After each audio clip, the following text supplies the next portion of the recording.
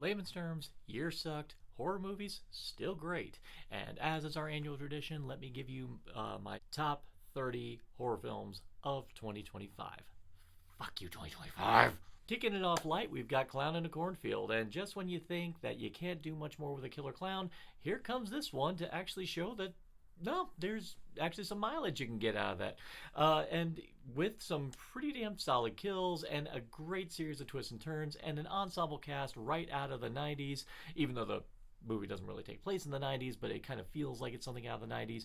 But it has the same attitude and the same spirit of fun. And even better is that it even hints at the idea of a franchise to come. So hopefully this did well that they might pony it up for a future movie. The Twisted Childhood universe really keeps upping its game, and Bambi the Reckoning is another surprising show of the fact that they are really taking this whole concept of, the Twisted Child universe, or the Pooniverse as we call it, taking it really seriously. But Bambi the Reckoning really shows a lot of visual flair with some especially inspired camera work that really frames this psychotic deer in ways that you'd never expect to make a kind of irradiated mutant deer terrifying, and it really does. But that's not all. The story actually has a legitimate amount of heart, with a great emotional storyline involving a mother and a son. So honestly, keep it coming, because between Blood and Honey 2 and Peter Pan's Neverland Nightmare, they are really up in their game. I seriously could not think of anyone better to have done a reboot of Deathstalker, but Steve Kostanski and his team, the same team that gave us Psycho Goreman and Frankie Frico, were really the right people to make this movie. And this movie is an absolute riot from start to finish. A great throwback to those highly excessive sword and sorcery movies, very much in the same vein as Hawk the Slayer and even The Sword and the Sorcerer. And even better is that it's got a great lead performance by Daniel Bernhardt. Wonderful stuntman who got a chance to really showcase his chops, especially in his experience over the years. It's just a fun ass movie that really does bring back the spirit of the kind of era of movies that you don't really see too much of nowadays. Say it before, say it again. After a shitty ass year brought about by the Orange Reich, there is nothing more satisfying than a Christmas movie that came out at the end of the year that laid waste to a shit ton of Nazis. That's right. Fuck Trump. At this point, so long as Dan Trachtenberg's name is on it, I'm always going to be down for anything he does with the Predator series. And while this one is definitely divisive compared to his prior efforts, I still applaud this movie because, again, he is focusing his efforts on expanding the world of the Yautja. And by doing it, following someone who is considered to be the runt of the litter. And even though the movie is PG-13, it still doesn't compromise its integrity as a Predator movie, because it's still hardcore, it's still badass, and even more so, we do get a side of him that we've never seen before. So long as Dan Trachtenberg is going out of his way to show different angles of something that we thought we knew, but doing new things with it, I am always down for it. Speaking as a writer, director, actor myself, there's nothing better when you see a movie that absolutely gets how much pressure a director's under in order to make the best production possible. But it's even funnier when you have a movie that shows how the excesses a director will go in order to achieve their vision. Et 2 is the movie that does a great job making a darkly funny horror comedy out of this particular situation. And the other thing I got to give this movie, Lou Diamond Phillips gives a career best performance in this movie. He is absolutely funny. He is manic, runs the levels of, just trying to keep things together. But then when he goes over the edge, he goes over the edge in a beautiful way. And even better, Malcolm McDowell's along for the ride, offering able support. This one, for anyone who's ever directed a show or anyone who's ever been in a show and who just always aspires to perfection, this is the movie you got to check out. Yorgos Lanthimos is at it again, and I guess Emma Stone's his muse, and for good reason, because every time they make a movie together, it's always pretty freaking crazy. It's one of a kind. I definitely will say, but then again, this is true of most movies by Yorgos Lanthimos, I have not seen any other movie like Begonia this year, very much in the same thing as Poor Things or The Favorite. Those movies stand out on a niche in their own. So long as they keep making wild ass movies that make you question reality and make you question the sanity of everyone involved, I hope they keep making movies like this all the time.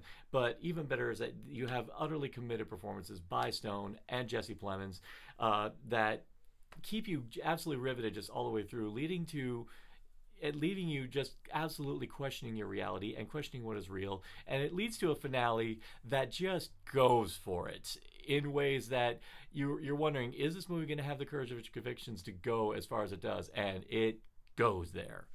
This little gem came out on Shudder earlier in the year, and it has never left my brain after watching it.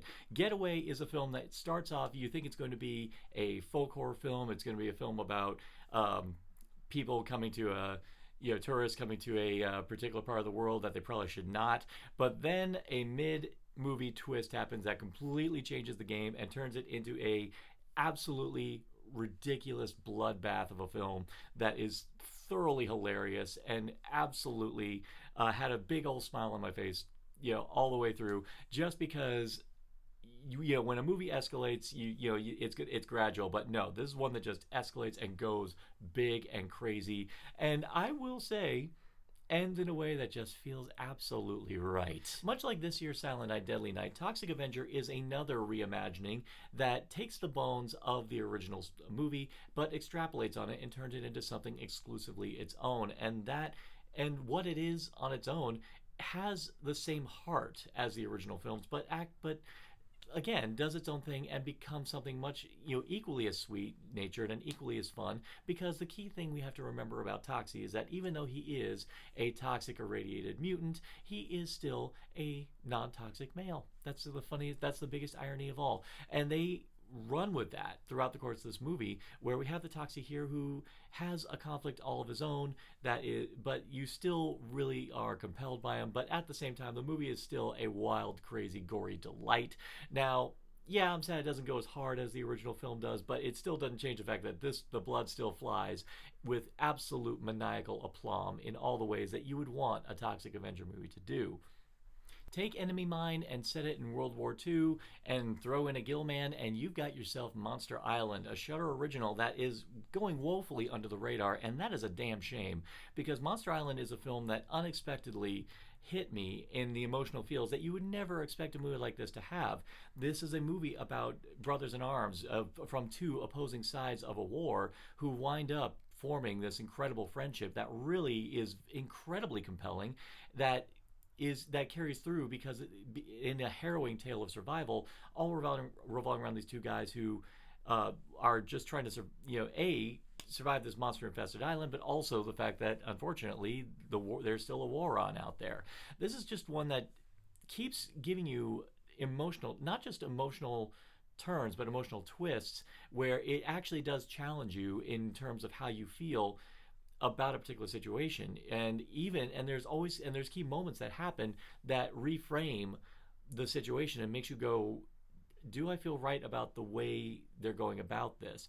But it always feels right. This is just a really rich, unexpectedly rich screenplay, on a par with The Shape of Water. I would actually say it would make a good double feature with The Shape of Water. The first great horror film of the year, it goes to The Damned. No one is talking about this movie, and that is a damn shame. Pun intended. But this is a film that has a beautiful meditation on the consequences of really, really hard decisions. This is one of those films that really dares you to ask yourself, what would you do in the situation that these characters are presented with, and would you do any different? And even if it does come at the expense of others, it's a film that really does ask about very heavy moral quandaries that you realize there's kind of a damned if you do, damned if you don't situation, but unfortunately, damned is exactly what these characters wind up being. So it's a very apt title and a very, very underrated film that came out this year. From Flying Lotus came the movie Ash. This is a film I got a chance to see in the theater, and goddamn, it was a great one to see in the theater, just for the very simple fact that on a visual level, this is just stunning. I know that this movie was probably made on a modest budget, and yet somehow, some way, every dollar made the film look like $20. That's just how beautiful this film was. But aside from that, this film was also a great borderline hallucinogenic trip into the subconscious, kind of delving into our capacity to perceive reality. When you're on a landscape where everything challenges your sense of reality, what can you believe is true? Who knows? But the road this movie takes you down is one that I definitely have no problem visiting over and over again. We do live in cynical ass times, and with cynical ass times comes cynical ass horror films that dare you to go, wow, all the things that make me happy, could they possibly come at the expense of others?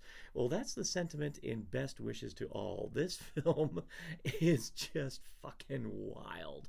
And beyond that, it's also a film that, in a wonderfully nihilistic fashion, actually shames you for the life you lead and reminding you that every bit of happiness that you have comes at the expense of someone else, but it does so with some completely foobar imagery that I definitely have not seen the likes of at any point throughout the year. This one is definitely a winner. It's another Shudder original. You have to see this.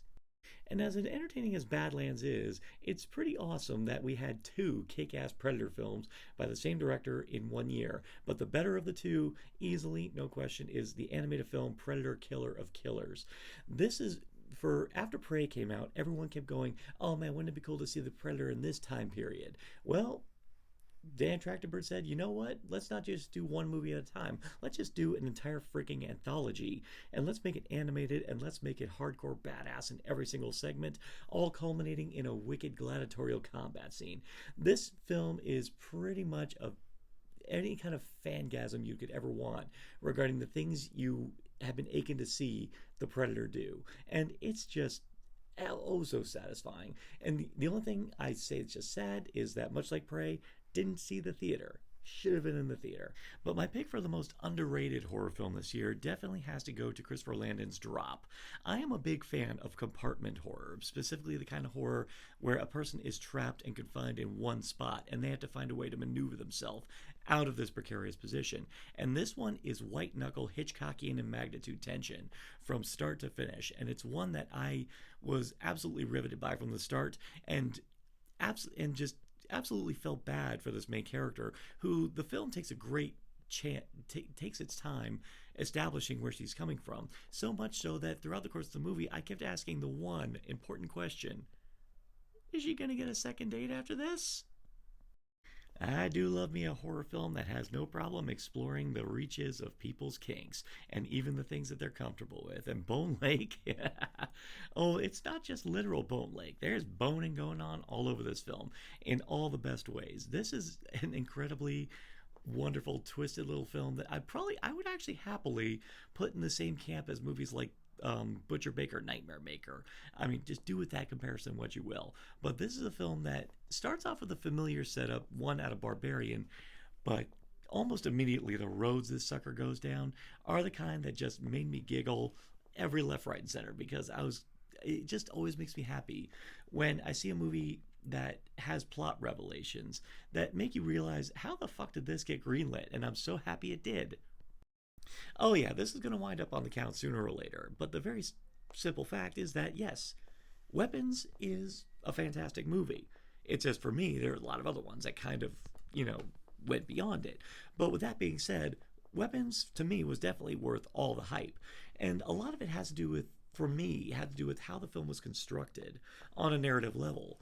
Very seldom do I come across a horror film whose narrative structure falls in the same line as something like Magnolia or Pulp Fiction, where it talks about intertwining stories.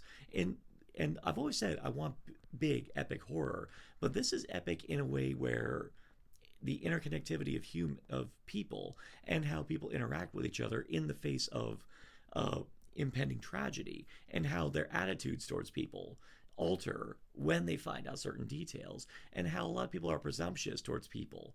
It's one of these films that really understands human nature and how we tend to treat each other when we ourselves are under duress.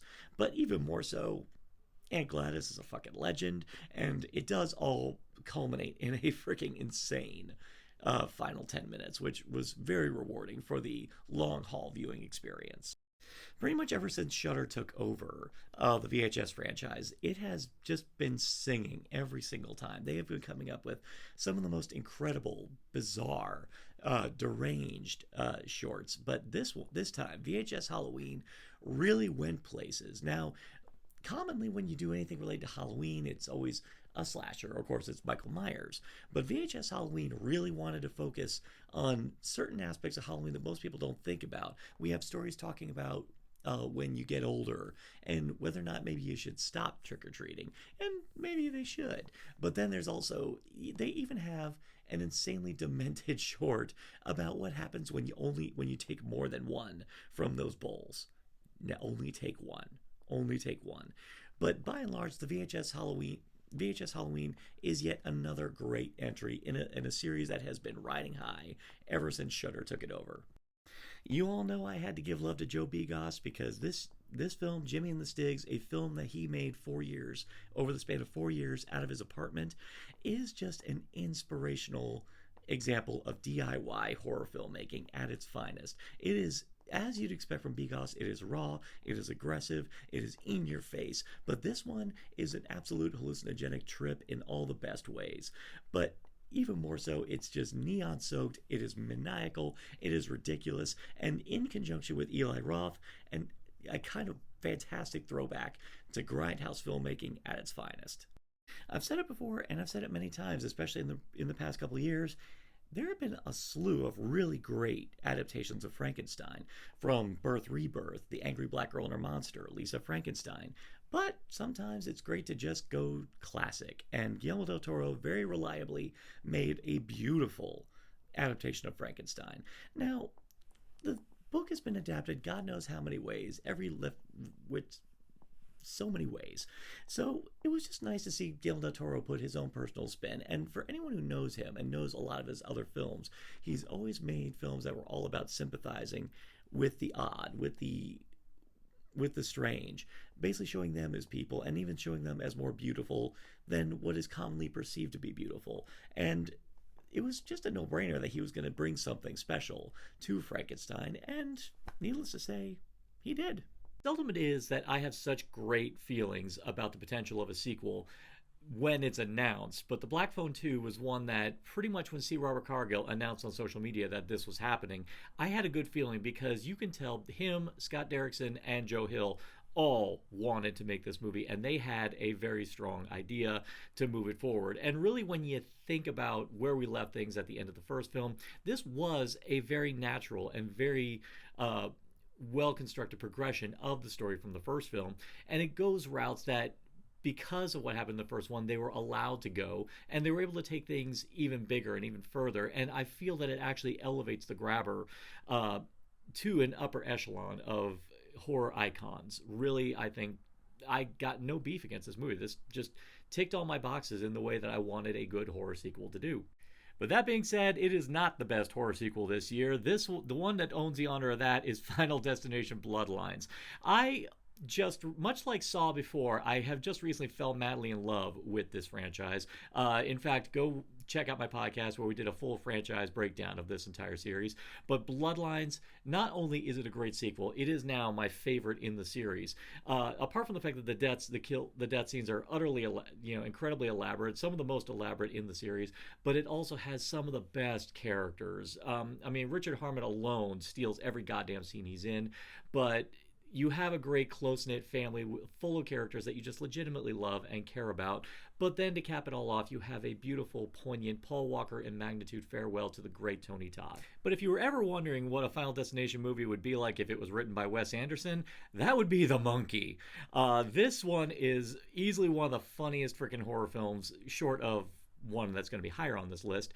But this one, Osgood Perkins, this was an insane flex on his part, because coming from Longlegs, which is definitely a much more somber, even though it did have some humor in it, The Monkey commits 100% to the humor, and it is fucking hilarious at every turn. The great thing about a good comedy horror film is when they're able to make the horror just as funny. This is just one where I could watch this so many times because because in true Wes Anderson movie fashion, the characters have no filter. They say shit that commonly, people tend to keep to themselves. But this is just one where I just laugh and laugh hard with. It is a freaking awesome movie. On the other end of the spectrum, The Long Walk freaking broke me. This is a film that I, if I had to do an award for the most tear-jerking horror film of the year, The Long Walk would definitely be it. This is just one that, in pure Stephen King fashion, the characters are the thing that really come front and center of this. It is, it is genuinely a sweet film to go with how dark it is. This is just one that really puts you through the ringer. And even if fans of the book will complain that it doesn't 100% follow the book, the themes in this movie, and even then just the performances are just so good that you kind of just enjoy it as it is. I still do want to do that long walk challenge on the treadmill. I still want to do that. But if we're going to talk about a sophomore outing of some directors who burst onto the scene, this one is a big old ball of fucked up, which I just was absolutely 100% here for. Bring Her Back cements, much like Weapons, Bring Her Back cements the Philippines, as voices to be reckoned with in the realms of horror. But Bring Her Back goes routes that their first effort definitely did not go down. This one is even more disturbing, even more visceral, even more raw, but even better, this has a kick-ass career-defining performance by Sally Hawkins. But even better, it's not just her doing the heavy lifting on this. The cast on the whole is razor sharp. I can't believe I just said that because my brain is immediately going to that scene with the melon. If you've seen it, you know what I mean. When it comes to the found footage subgenre, it's always fun when they find new ways to execute said found footage, especially when it comes to the horror mockumentary. And Strange Harvest is an excellent addition to this particular side of horror. Definitely following in the tradition of films like the Poughkeepsie Tapes and even Lake Mungo. Strange Harvest is a film that you think is going to just strictly be a true crime inspired slasher, but in reality, this one goes to some almost, I don't want to say Lovecrafty, but definitely more cosmic roots that you wouldn't expect. At first, you think that this is just going to be a true crime mockumentary about a decades-long search for a serial killer. But as it progresses and as it goes on, you come to the realization there is more things at play. And this is just one I was consistently riveted by from start to finish. And I was so glad I caught this one in the theater. And even better, watching it right after Weapons. That was a hell of a day. And just when you think the substance said everything that needed to be said about our horrific standards of beauty, the Ugly Stepsister comes along and just takes it a hell of a lot further. I would actually say this is a movie that has a lot in common with movies like The Devil's Bath, where the horror really comes just from the reality of the era to which it takes place in. The Ugly Stepsister is first off, it's a darkly comedic gem. While it doesn't have the same energy as The Substance, it has the same attitude, but does so with a different aesthetic, different tone, different presentation, but it still has the same level of fucked up audacity that made The Substance such a great film last year. But this one tells the Cinderella story in ways that are absolutely infectiously enjoyable, but also with a main character who's incredibly sympathetic. You definitely care for them, but you also see the horrific things she puts herself through. But the real fear of this movie comes from the fact that a lot of the shit she does in here, if you look it up, some of it actually did happen. Not all of it, but some. We're coming to that point with AI where, with movies like Companion, that teaches us a kind of lesson that we probably should start playing nice, because if they take our previous sins into account of all the shit we do to them, they might, they might try to come back with us. And oddly enough, when you reflect on the things we might do to them, I think we might just go ahead and let them. But Companion in itself is a fantastic horror comedy. Now, I do lament that the key plot point did get spoiled for me in the trailer, but it didn't stop me from just absolutely loving this film, and it stayed with me all the way throughout the year, to the point where it's this high on the list, with great comedic performances by Jack Quaid, Sophie Thatcher, Harvey Guillen, amongst others. But it's just one that is incredibly fun to watch, infectiously enjoyable, and you can even look into so many different themes, on the surface with AI, but even about men's proprietorial attitudes towards women. You can read into so many different aspects of this movie that is absolutely spectacular, and this is just one that I could rewatch on a dime. I always love it in horror when a relationship is the focus of it, and they use the horror to, in some extreme way, to kind of talk about a key aspect of relationships. And I love that Together is a beautiful meditation on avoiding the risks of codependency in a relationship and how to kind of get past that in order for a couple to kind of be a single unit. It's gross, it's disgusting, but so much fun. But for me, myself, I love that the origin of love story from Plato's Symposium is a key plot element in this. And once that came into focus, that made me love the movie so much more because of where I knew this movie was going to go. And the visual execution was exactly what I was hoping for. It's just a blast. And Dave Franco and Alison Brie, because they are already a couple, we get a excellent pairing in this movie. It's just wonderful. My number one is going to be a tie, but for objectively and subjectively. Objectively, come on, guys. It was always going to be this. This was, to me, was just by a country mile, and that's kind of an accurate measurement.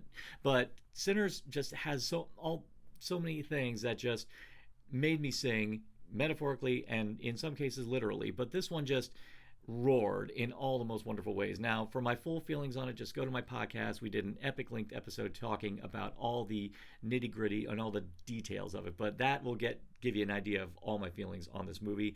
But yeah, I freaking love this one. And yeah, anyone who's gonna be bitching about it is like, oh, it's ripping off from that still doing anything. I can enjoy both movies. Subjectively, though, if there's a movie that completely ticked all my boxes, that gave me great kills, great humor, great characters, a spirit of fun, a lot of great singular slasher imagery, but even then, just something that I wanted to see more of, and I hope they make a sequel of it, but it's just one that just rocked me from when I saw it all the way back in February, and it just stayed with me all throughout. And not only that, because I also have a bit of a man crush on Josh Rubin. Yeah, it's Hard Eyes all the way. This one is just balls out fun in every single way you would ever want a holiday themed slasher, but even more so in the annals of this type of movie, but as a slasher. Michael Kennedy, screenwriter, just knocked it out of the park like he did with Freaky and with It's a Wonderful Knife. I fucking love it. There you have it. That's my top 30 of the year. Stay tuned. I will be doing my top 30 best non-new release films of all the films I saw for the first time this year. And also keep it on the podcast, What's in the Podcast, on all platforms, where we'll have the third annual Belial Awards. Stay tuned.